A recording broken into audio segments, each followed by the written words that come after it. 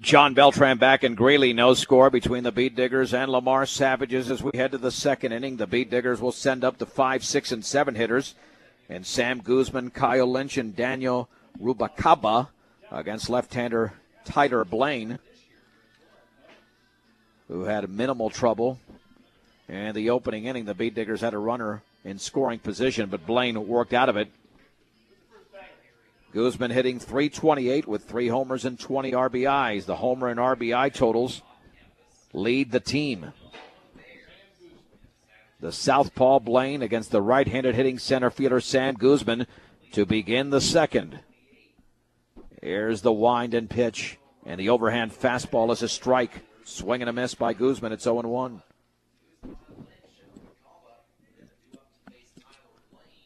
The catcher Aguilera setting up on that outside corner. 0-1, and that fastball is low.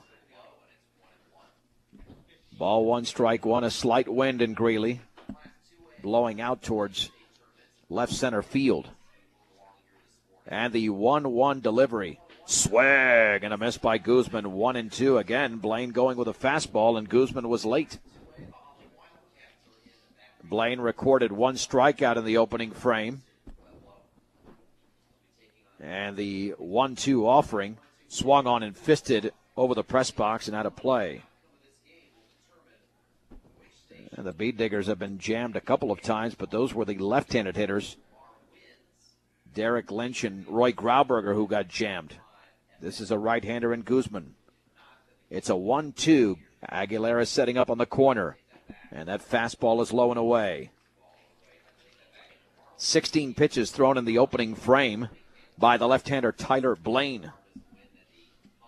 2 balls and 2 strikes. Guzman awaits. And the pitch. Swing and a miss, and Guzman strikes out. 1 down in the second inning for Kyle Lynch, and that's strikeout number 2 for Tyler Blaine. As we have pointed out throughout the course of the season, against these lefties, strikeouts have been a problem. But the Beat Diggers don't care about the strikeouts, obviously, if they can produce runs when they're not striking out. Kyle Lynch is hitting .237, 2 homers and 11 RBIs, and the offering. And that fastball is right there for a strike on the outer half. It's 0-1. Beat Diggers have taken quite a few pitches against this left-hander. Kyle Lynch, a right-handed hitter for Brush, getting closer to the plate, and he swings and misses badly at that one. 0-2. Looks like a 2-seam tailing fastball thrown by Lynch, checked out by Blaine. And Lynch has got to get right on top of the ball. He doesn't look box at this point. And the 0-2 miss. Lynch strikes out on 3 pitches. And Kyle is in a tremendous slump. He did not get a base hit in either game on Saturday. 0 for 7 on Saturday, and now he struck out in the second. The pitch, and Daniel Rubacaba takes a ball low. Rubacaba, despite limited playing time, hitting .348, and he was very good on Saturday. Had a couple of doubles in that district championship game against Colorado Springs Christian. The pitch in the dirt with a changeup. It's 2-0.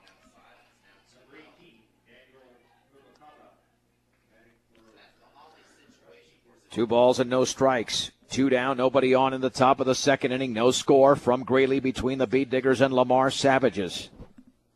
And Rubacaba awaits. That fastball is high.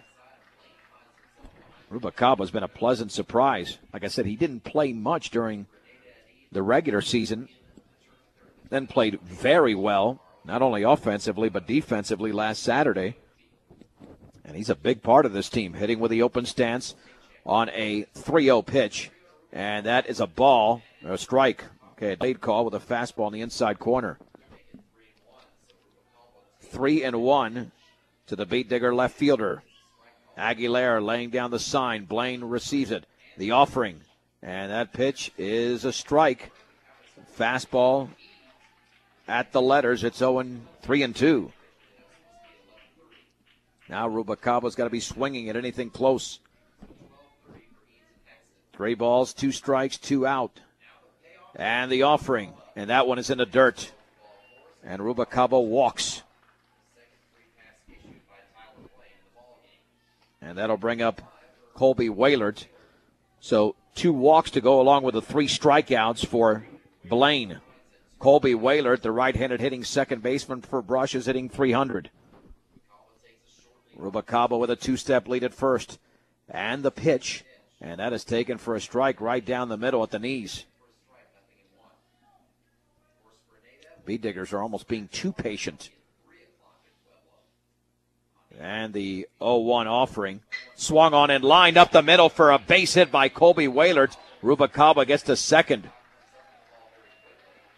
And that's a good thing that he sprinted to second and didn't even round second, because the center fielder, Peacock, came up with a baseball immediately. So the Bee Diggers, for the second straight inning, have a runner in scoring position. That's the first hit in the game by either side. And the left-handed hitting first baseman, C.J. Kukas, hitting .324 with a homer and 8 runs batted in, stands in. The right fielder, Garrett Harper, is playing awfully shallow. And the pitch. That one bounces all the way to the screen. Rubalcaba to third. Waylert to second. Now the Bee Diggers have 2 in scoring position. And there is plenty of territory between the catcher and the backstop. About a good 40 feet. So now with the runners at second and third, Blaine will wind up. Big at bat for C.J. Kukas, only a freshman. The pitch, and he swings and lofts it into shallow right center field, but an easy play for the right fielder who makes the catch as Harper puts it away, and that's why he was playing shallow. For the Bee Diggers, no runs on 1 hit, no errors, and 2 men left. We played an inning and a half from the Jackson Sports Complex in Greeley. Brush nothing, Lamar nothing. You're listening to the 2008 Colorado High School Baseball Playoffs on 1010 KSIR and KSIR.com. Brush and Lamar are scoreless heading into the bottom of the second inning. Tyler Blaine, the cleanup hitter for Lamar, steps in against Arturo Maltos, who induced a couple of ground balls and a line out. And the bottom of the first, Blaine hitting .425, a left-handed hitter for Lamar. And Maltos winds and delivers. Fastball is up and away. Maltos threw 17 pitches in the first inning, in which he got to 3 balls on every hitter. You don't want to continue that pattern. 1-0 pitch. Swung on and popped up into foul territory on the left side. Lynch gives chase, but he runs out of room. And the count is level at 1-1. For those hard-to-find parts, see the parts pros at PartsMart CarQuest, 1025 East Platte Avenue in Fort Morgan. 1 ball and 1 strike to the left-handed hitting pitcher. Maltos fires. Breaking ball is tapped foul off to the first base side. And the count at 1-2. Now, Maltos actually has 3 pitches he can work with, including a changeup. But he rarely goes to that changeup because he believes that's his number 3 pitch. And, of course, it's got to be called from the dugout as well. It'll be a 1-2 to Tyler Blaine. Maltos fires. That one bounces in there. Short arm, the breaking ball, 2-2. Leonel Aguilar, the leading hitter on this team, is on deck. That's why you've got to retire Blaine here in the bottom of the second in a scoreless game. The pitch. Fastball is up and away. 4th consecutive hitter now that Maltos has gone to 3 balls to.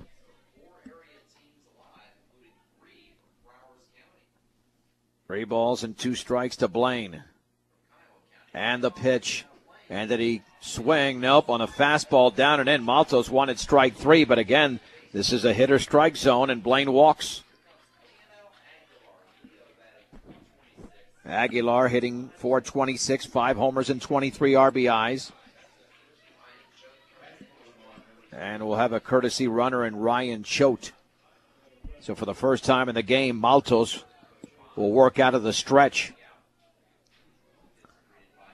Yeah, this is the makings of a 2-hour game, even if it's a low-scoring game, because you've got to throw a strike. Nothing close to the zone. It's really got to be a strike for it to be called. The pitch. That fastball is down the middle for a strike at the knees. Big hitter right now for Maltos, considering Leonel Aguilar's production this season. Beat Diggers are double play depth. Step off, throw to first, and diving is choked. Brush has had 3 base runners in the game. All were in scoring position, but Brush could not deliver. Maltos looks back. And the 0-1. The fastball is fell back. Maltos had letters, and now he's got Aguilar in a pickle at 0-2. This is where, as a pitcher, you've got to put this hitter away. You can't go to 5 consecutive hitters with 3 ball counts. That eventually catches up to you. No balls and 2 strikes. And the offering. Curveball is grounded to short. Lynch backs up. Flips to second. That is 1. To first on a hop, and that's late. But the fielder's choice goes 6-4. So Aguilar replaces Blaine, or Choate that is, at first base. 1 down for Kelly Rep. And again, the Beat Digger defense, which was very shaky during the regular season, has been very good since the beginning of the district playoffs. So far in 14 1/3 innings, the Beat Diggers have not committed an error. Rep hitting .351. The stretch and the pitch. The fastball's on the outside corner for a strike. Thigh high, it's 0-1. When Maltos can locate it there, this is going to be very tough for these Lamar hitters. Short lead at first for Aguilar. And the curveball looked pretty good from here, but it stayed high. 1 ball, 1 strike, 1 on, 1 out. Clint Straley on deck, throw to first, and good play by Kukas. The throw was a little bit off to his left. Able to haul it in. Maltos with a stretch. And the pitch. Swing and a miss. Rep was late on that fastball. It's 1-2. Man, he brought that at well over 80 miles an hour. I'm only guessing that. Just you could hear the pop in Grauberger's glove. And the throw back to first. Back in diving is Aguilar. Ball 1, strike 2. No score between Brush and Lamar in the bottom of the 2nd inning. And the offering. Fastball swung on and missed. Rep strikes out, and that is strikeout number 100 on the season for Arturo Maltos. 2 down for Clint Straley, the right-handed hitting shortstop, batting .276.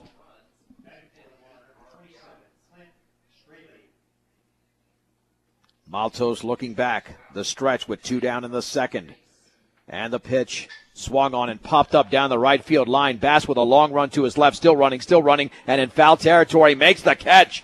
A nice play by Brad Bass, who was at full speed. And the inning is over. No runs on no hits, no errors, and a man left. We have 2 from the Sports Complex in Greeley on the opening day of the 3A state tournaments. Brush nothing, Lamar nothing. This is 1010 KSIR and KSIR.com.